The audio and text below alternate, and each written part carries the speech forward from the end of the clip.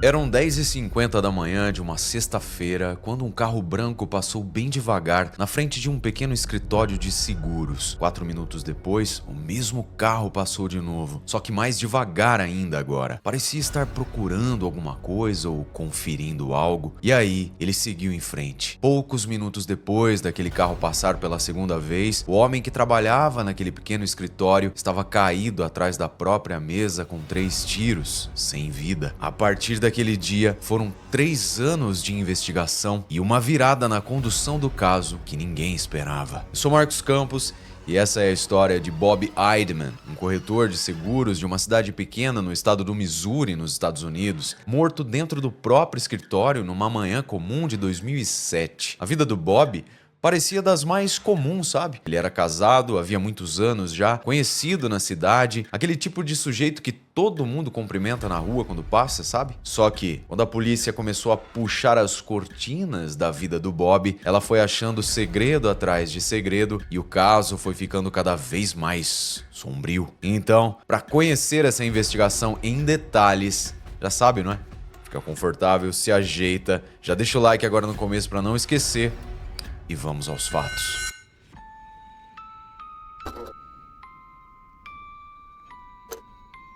O escritório. Era dia 8 de junho de 2007, uma sexta-feira comum por volta das 11 da manhã em St. Charles, uma cidadezinha do condado de mesmo nome lá no Missouri. Para você ter ideia do tipo de lugar, era uma cidade de baixíssima criminalidade, onde um assassinato assim à luz do dia, no meio da manhã, era uma coisa extremamente rara. E o Bob não era um nome qualquer ali na cidade. Ele tinha 48 anos, já estava estabilizado ali, era casado com a Diane, não tinha filhos e além do escritório de seguros, ele era embaixador também da Câmara de Comércio ali da cidade. Ou seja, o Bob conhecia muita gente na região. Foi por isso que, assim que a notícia do que tinha acontecido com ele, ou aquela fofoca que ninguém sabia direito, começou a se espalhar, muita gente largou tudo que estava fazendo para ir se informar. Foram até o escritório do Bob para saber o que estava acontecendo de verdade. Uma colega, inclusive de anos, chegou a fechar o negócio dela, o escritório, no meio do expediente para ir pessoalmente até lá para ver o que tinha acontecido com o amigo. O negócio do Bob era um tipo bem específico de seguradora, tá? Ele atendia muita gente com crédito ruim na praça, sabe? Gente que tinha dificuldade de conseguir um seguro em qualquer outro lugar. Então, uma boa parte da clientela pagava em dinheiro vivo para poder fazer todo o negócio ali virar, sabe? Isso quer dizer que o escritório do Bob, via de regra, costumava ter uma quantia razoável de dinheiro em caixa. E eu acho que nem preciso dizer que essa é uma informação bem relevante, ligou um alerta na investigação logo de cara, não é? Até esse momento, qualquer um então poderia ter feito aquilo com o Bob. O corpo dele foi encontrado pelo carteiro da cidade que chegou ali para fazer a entrega do dia e deu de cara com aquela cena. Ele acionou a polícia então, e quando os investigadores entraram, o que os ferimentos mostravam era uma morte brutal. O Bob tinha levado 3 tiros, um pegou de raspão no queixo, o segundo pegou no pescoço, todos disparados ali de muito perto, a menos de 60 centímetros de distância. Um tiro que sozinho já podia ter matado o Bob, né? Esse do pescoço aí. Mas teve um terceiro que, digamos, encerrou de vez a vida do Bob. Um tiro na cabeça a queima-roupa, que entrou pelo olho e saiu pela nuca dele. A posição desse último ferimento contava uma história específica, porque o Bob já estava de costas, caído no chão, com um atirador em pé sobre ele ali, apontando o revólver de cima para baixo, quando o tiro final então foi disparado. Não havia sinal de luta, nem uma outra lesão no corpo.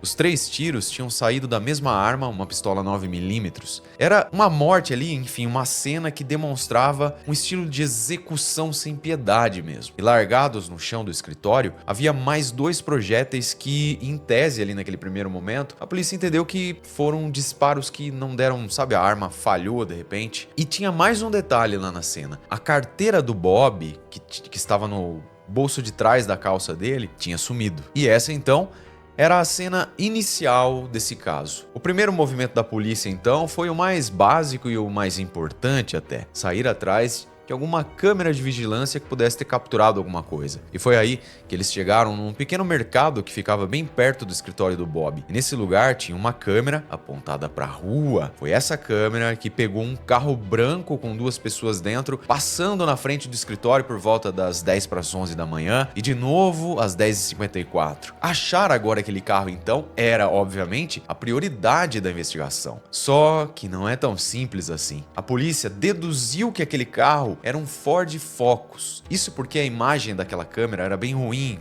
granulada, não dava para identificar muita coisa. Mesmo assim, eles assumiram que se tratava de um Focus e só no estado do Missouri havia por volta de 5.000 Ford Focus registrados. Pois é, um trabalho de formiguinha, não é? Um carro branco, popular, comuníssimo e 5.000 deles para vasculhar. Você deve estar se perguntando sobre a placa, não é? Eu não achei uma informação assim contundente sobre isso, mas dá para inferir que não deu para identificar a placa, né? Uma vez que a imagem era bem ruim, como eu disse. Não é tipo filme, né? Que o cara dá o zoom ali, agora melhora essa imagem, a imagem fica linda, né? Se já capturou ruim, é meio difícil de melhorar. Enquanto isso, os investigadores, na verdade, só complementando, dá até para melhorar, fazer um upscale e tal, por IA, mas a informação real que tá lá vai ser deduzida, não é? Bom, mas continuando aqui, enquanto isso, os investigadores foram fazendo o trabalho deles, criando peças de um grande quebra-cabeças que eles esperavam que em algum momento começasse a se encaixar. Como a carteira então tinha sido levada ali do bolso da calça do Bob, eles tiveram a ideia de pegar aquela calça e submetê-la a uma investigação mais minuciosa. O que quer dizer que eles iam passar um cotonete ali no forro daquele bolso para procurar DNA de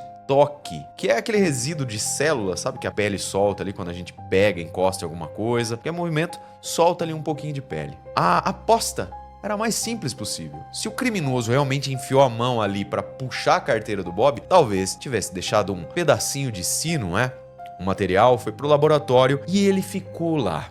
No meio disso tudo, apareceu algo que parecia promissor até. Perto dali, a polícia encontrou um carro branco, batido e abandonado. Dentro do carro tinha um cartão de visitas do Bob Eidman. O carro tinha sido deixado ali por um homem chamado Travis Ainsley. E quando os detetives, descobriram isso daí, foram atrás e conseguiram conversar com esse Travis aí, eles notaram que havia uma mancha de sangue na camisa dele. Tudo muito suspeito assim de cara, não é? Afinal de contas, um carro branco, um cartão de visitas do Bob, sangue na roupa. Mas veja só a história que o Travis tinha para contar. Ele disse que precisava de um seguro novo para o carro e que um amigo tinha indicado a seguradora do Bob e que então fechou o acordo com o Bob porque ele fez um preço bom. Poucos dias depois, ele saiu então, depois que já tinha feito o acordo, encheu a cara, bebeu pra caramba e bateu o carro perto de casa mesmo ali. Então, ele disse que os airbags do carro dispararam e ele ficou zonzo ali com o tapa que ele tomou do airbag, desceu meio cambaleando, mas conseguiu ir para casa, deitou e apagou. No dia seguinte, ele acordou, olhou para a rua e o carro não estava mais lá. Ele registrou o carro então como roubado e só então descobriu que tinha virado uma pessoa de interesse num caso de assassinato. O sangue na camisa, depois ele disse, era do nariz que tinha sangrado no meio dessa confusão toda. A polícia, claro, fez todos os cheques, examinou, investigou, conferiu o álibi, tudo batia e o Travis Ainsley foi descartado da investigação. A viúva. Descartado o homem do carro batido, então, a polícia seguiu o protocolo básico, não é? Foi olhar mais de perto a uma pessoa que convivia com o Bob, a esposa dele, agora viúva do Bob, não é? A Diane. A esposa do Bob, com quem ele era casado já havia décadas. E a Diane, segundo pessoas próximas, teria ficado inerte com a morte do marido. Na verdade, essa percepção foi quando ela soube do que tinha acontecido. Mas você sabe que isso por si só não quer dizer muita coisa, né? Cada um reage de um jeito. É preciso entender o contexto daquele casamento, daquela vida, para ver se essa reação poderia ou não ter algum sentido contextual nisso tudo. E foi o que a detetive Stephanie Kaiser fez. Ela ficou encarregada de conversar com a Diane para entender melhor a vida do casal. E dessa conversa saíram algumas coisas estranhas, viu? A Diane explicou que os dois tinham dificuldade de fechar as contas, sabe? Estavam mal das pernas em relação à grana, que o negócio de seguros do Bob ia mal. O Bob, um homem já de 48 anos, o negócio ali estava complicado para ele, não sobrava grana para muita coisa. Ela contou também que tinha uma apólice de seguro de vida, mas era coisa pequena, de uns $5.000 que tinha feito ali no trabalho dela. A detetive também notou que a Diane parecia meio perdida, sabe? Meio esquecida. Ela disse até a detetive que a certa altura a Diane até estava confusa, não conseguia lembrar um número de um documento dela. Até aí, era um interrogatório de rotina. Uma mulher de luto, apesar daquela percepção inicial de inércia, meio de, sabe, dar de ombros assim pro que tinha acontecido com o Bob, mas também poderia ser realmente uma reação de uma pessoa que tá, né, assustada com tudo que aconteceu ali. Só que, no meio dessa conversa, a Diane soltou uma informação no mínimo insólita. Ela pediu para a detetive não entender aquilo que ela ia falar como uma confissão, mas disse que precisava contar uma coisa. E emendou que uma coisa parecida já tinha acontecido na família dela antes, que atiraram no pai dela. O pai da Diane era o Sr. Jeremy Bolin. Era policial na cidade de St. Louis e tinha sido morto a tiros dentro da própria casa décadas antes da morte do Bob. A pessoa acusada de matar ele foi a mãe da Diane, a Lenore Bolin. E aí entra um detalhe que faz sentido dentro da investigação das relações interpessoais do Bob, tá? Veja só. Enquanto aguardava julgamento pela morte do marido, a dona Lenore aí foi morar na casa do Bob com a Diane, ou seja, a sogra morando com o casal aí. O Bob tinha pavor daquela situação, segundo consta. Uma parente da família contou que ele chegava a trancar e travar a porta do quarto todas as noites, com medo de dormir dentro da mesma casa que aquela mulher. E aí, em 1985, a dona Lenore foi a júri pela morte do próprio marido, só que ela foi absolvida. Sei que você deve estar se perguntando isso. Seja como for, ela foi absolvida. Agora repara na situação em que a polícia se encontrava. Né? Os caras estavam tentando montar um quebra-cabeça e as peças estavam cada vez mais separadas, não é? A viúva tinha um jeito estranho ali em relação ao afeto, não é? O negócio do casal estava mal das pernas, meio quebrado, e a mãe dela já tinha sentado no banco dos réus acusada de matar o marido dentro de casa a tiros. E aí, a coisa piorou pro lado da Diane, viu? Investigando as apólices de seguro, a polícia descobriu que aquela historinha do seguro de $5.000 não era bem assim. Com a morte do Bob, a Diane estava para receber muito mais do que isso. Mais de $300.000 em seguro de vida, e ela era beneficiária. A pergunta óbvia diante disso então era: será que a Diane tinha esquecido de mencionar aquele dinheiro todo, talvez por toda aquela névoa mental pelos fatos, ou ela tinha escondido de propósito? Para tentar tirar isso a limpo, ofereceram o clássico teste de polígrafo a Diane, e ela topou. Só que o resultado veio inconclusivo. Não apontava uma mentira assim, mas também não inocentava, digamos, ela de vez. Ou seja, a Diane continuava naquela zona cinzenta, sem prova para acusar e sem prova para descartar ela do caso. Então, ela não foi presa e a investigação estava meio que travada nela quando, de repente, os registros de telefone do Bob abriram uma porta que ninguém tinha visto. A vida dupla. Vasculhando as ligações do Bob, os investigadores repararam num número que aparecia com frequência demais. Era o número de um homem de uma cidade distante e foi puxando esse fio aí que a polícia descobriu uma coisa que o Bob tinha guardado a 7 chaves, escondido de quase todo mundo por anos. Ele levava uma vida dupla. O Bob, que a cidade toda achava que conhecia, o embaixador da Câmara de Comércio de lá, o marido de mais de 2 décadas, o rosto familiar de todo evento, era só metade daquele homem. Por baixo daquele casamento longo, ele mantinha em segredo um relacionamento amoroso com um homem chamado Drew Smith, que morava em outra cidade fora de St. Charles. Eu acho que por essa ninguém estava esperando, não é? Mas será que tem alguma coisa em relação ao crime? Veja, os dois mantinham essa relação escondida, longe de todo mundo que conhecia o Bob. E segundo o próprio Smith disse à polícia, a Diane tinha esbarrado no segredo deles pouco antes do marido morrer. Ela achou um e-mail ali entre os dois e por causa disso o Bob tinha dito ao Smith que os dois precisavam dar um tempo para acalmar as coisas, eles precisavam parar de se ver. Será que essa descoberta da Diane foi que fez ela ficar com aquele aparente estado de indiferença ou não tem nada a ver? Com isso na mesa, então, dá pra imaginar na hora a teoria que se amarrou na cabeça dos investigadores, não é? Um triângulo amoroso, entre aspas, que terminou em morte. Era uma hipótese redonda, mas ela caiu. O Drew Smith foi interrogado, apresentou um álibi sólido, segundo a investigação, passou no polígrafo e também foi descartado. E a Diane continuava lá, em estado de sobreaviso, digamos, né? Porque eles encontraram tudo. Ela descobriu esse segredo, a polícia soube disso também, mas nada ainda conectava ela a qualquer tipo de coisa que aconteceu na morte do marido. Mas tem mais uma pessoa aí, tá? Não era só o amante do Bob. Antes disso, quando perguntaram a Diane se o Bob tinha algum tipo de inimigo, desafeto, ela disse que não tinha inimigo nenhum. Só que, depois de um tempo, ela mudou a versão dela e lembrou de um tal Jack Michaels, um concorrente do ramo de seguros com quem o Bob já tinha brigado no passado por causa de roubo de clientes. Vai vendo. E esse ponto tinha fundamento porque o negócio do Bob, como a gente viu, tava no vermelho, tava, né, enfim, não tava indo ali de vento em popa, então ele não podia se dar ao luxo de não reivindicar uns clientes que de repente estava tendo a treta aí com esse concorrente. Só que uma rivalidade de negócio, por pior que fosse, ainda não provava nenhuma ligação com assassinato. Quando os investigadores então foram atrás dessa pista, eles não encontraram nada de concreto ligando o tal Michaels à morte do Bob, nenhum indício, nenhuma evidência que sustentasse essa suspeita.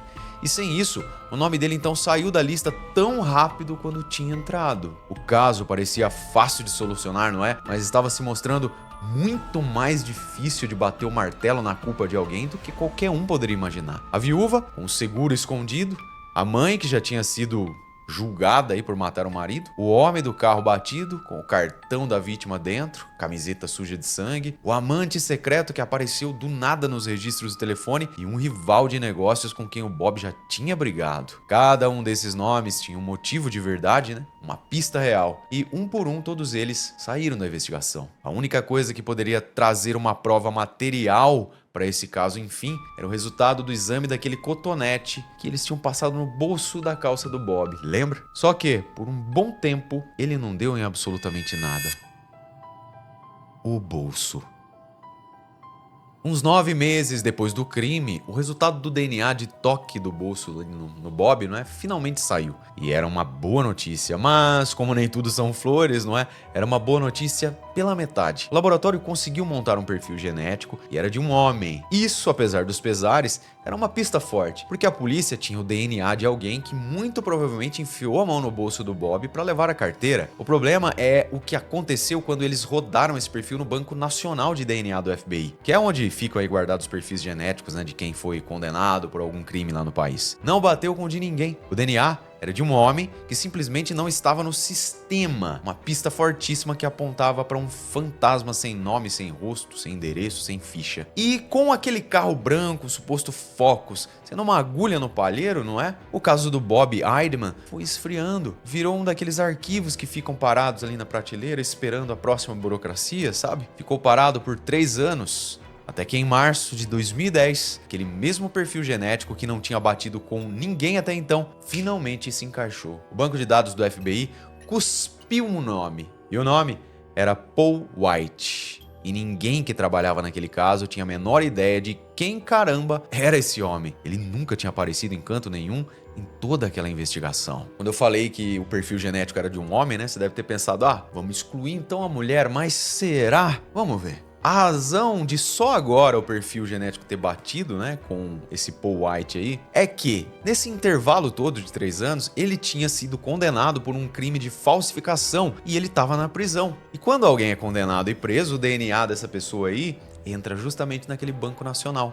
Ou seja, a mesma amostra que não encontrou ninguém em 2007 agora deu match com o Paul White. Agora a polícia tinha um nome, não é? Só faltava descobrir como é que esse cara, um estranho, preso por falsificação, tinha deixado o DNA dentro do bolso de um corretor de seguros de uma cidade pequena que tinha sido assassinado. O cassino.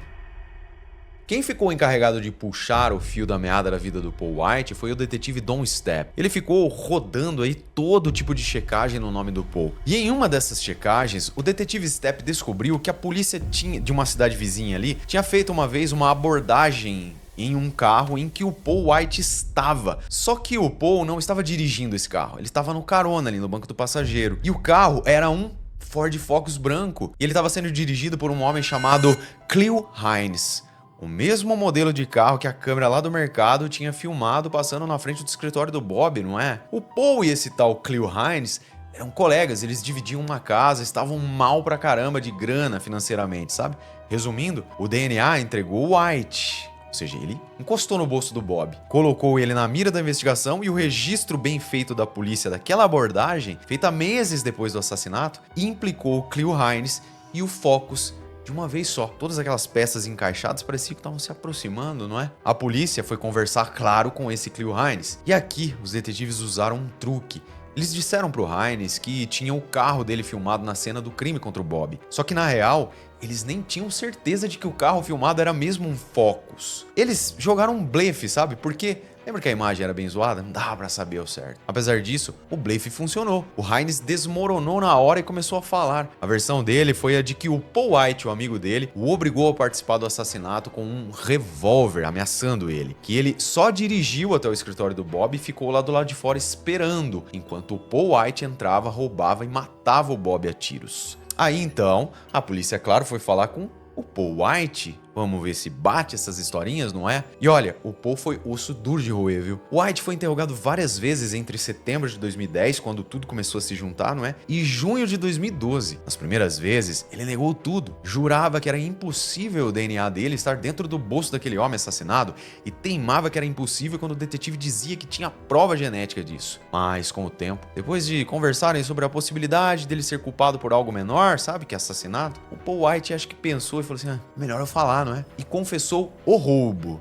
O detalhe bizarro é que ele contou a história do jeito dele, né? E o jeito dele mudava cada vez. Parece que faltou ensaiar um pouco. Mas foi na confissão do White que o verdadeiro motivo daquele assassinato finalmente apareceu e foi interpretado pela polícia. E ele começa numa mesa de cassino. Naquela época, o Paul White e o Cleo Hines, um amigo dele aí, moravam na mesma casa, como eu disse, né? Eles estavam super duros. Na noite anterior ao crime contra o Bob, White tinha torrado uns $1.200 nesse cassino. E os dois estavam atrás de grana rápido, sabe? A primeira ideia foi bem tosca e desesperada, sabe? Assaltar qualquer um que estivesse ali sacando grana, cheque num Walmart local.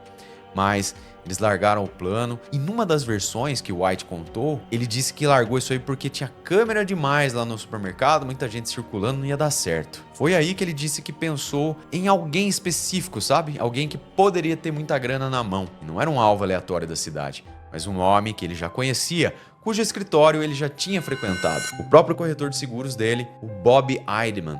Ele sabia que ia ter dinheiro ali, ou deduzia, né? Porque ele disse que ele e a esposa já tinham passado lá no escritório tempos antes e feito um pagamento de uma apólice que eles tinham lá. E na hora de convencer o Hines desse plano aí, né, doentio, ele ainda disse que o Bob provavelmente ia reconhecê-lo, talvez indicando que precisariam chegar às últimas consequências. E aí não dá para dizer que mais vontade e planejamento que isso é complicado, não é? Os dois dirigiram até o escritório então, deram uma volta no quarteirão e entraram. Encontraram o Bob sentado à mesa e exigiram o dinheiro. O Bob não conseguiu abrir a gaveta onde guardava o dinheiro e o White tirou a carteira do bolso de trás dele. Só que na versão do White foi o Hines, o amigo dele, quem atirou. Primeiro, um tiro rasgou ali o lábio do Bob, depois um tiro que derrubou ele no chão, e quando o White perguntou se o Bob estava morto, veio o último tiro. O White admitiu que a arma era dele, uma arma que, segundo o Hines, o White escondia atrás do aquecedor de água lá da casa onde os dois moravam. E no fim de tudo, os dois dividiram entre si os $300 e, né, que eles tiraram ali da carteira do Bob, porque a gaveta onde supostamente estaria muita grana, o Bob acho que, não sei se não conseguiu, não teve nem tempo de abrir. Agora, a polícia tinha a versão dos dois e elas davam um nó, não é? O Hines dizia que quem entrou e atirou foi o White, amigo dele. Já o Paul White dizia que, na verdade, era o Cleo Hines quem matou o Bob. Cada um apontava pro, bumbum do outro. Mas a promotoria fez uma coisa muito inteligente com esse impasse.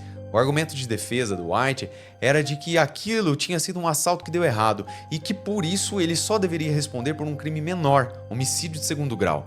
A promotoria discordou. Para a acusação, aquilo não foi um assalto que saiu de controle, foi um plano mesmo para roubar o Bob, armado por um homem que a própria promotoria descreveu como um mentiroso profissional e que não ia deixar testemunha, por isso houve o assassinato. E o motivo para matar era exatamente aquele aviso que o White deu ao Hines. O Bob conhecia o White, o Bob era o corretor dele. E aqui vem o ponto jurídico que decidiu esse caso.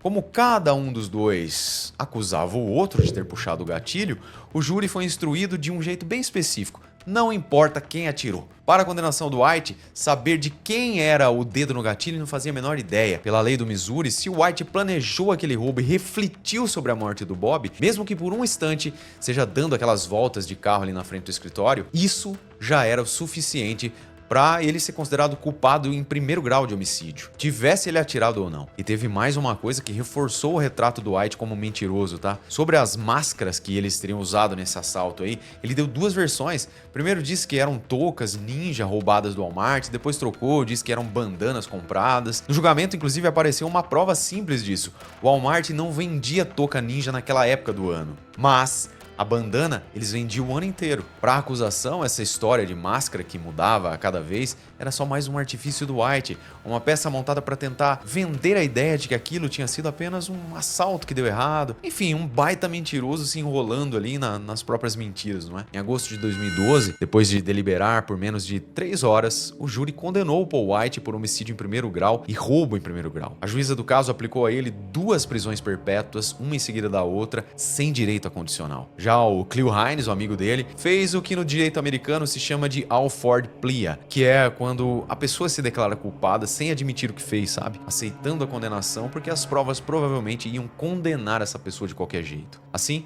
ele foi condenado por homicídio de segundo grau e roubo em primeiro grau e levou também 2 perpétuas, mas, no caso dele, com a possibilidade de condicional. E aí, preciso voltar a uma personagem dessa história, a Diane, a esposa, a viúva, que passou esse tempo todo debaixo de suspeita, não é? A mulher cuja própria mãe já tinha sentado no banco dos réus por atirar no marido, dentro de casa, finalmente foi informada de que estava fora do caso. O detetive foi lá avisar para ela pessoalmente, e esse detetive descreveu ela abalada, sabe? Tremendo, chorando, aliviada que tudo aquilo tinha acabado. Aí eu preciso perguntar pra você também, não é? Você ficou imaginando que poderia ser a Diane? Talvez não ela pessoalmente, mas encomendou por alguém, né? O crime. No fim das contas, o Bob Eidman foi morto pelo dinheiro que estava trancado na gaveta ali, que os 2 criminosos não conseguiram fazer com que ele abrisse, nem conseguiram abrir. Dinheiro esse, aliás, que deveria fazer muita falta na família do assassinado, não é? O que os bandidos levaram foram $300 da carteira do Bob. A carteira e a arma nunca foram encontradas. E enquanto a polícia gastava 3 anos atrás da esposa, do amante, do rival de comércio, né? O homem cujo DNA ia derrubar o caso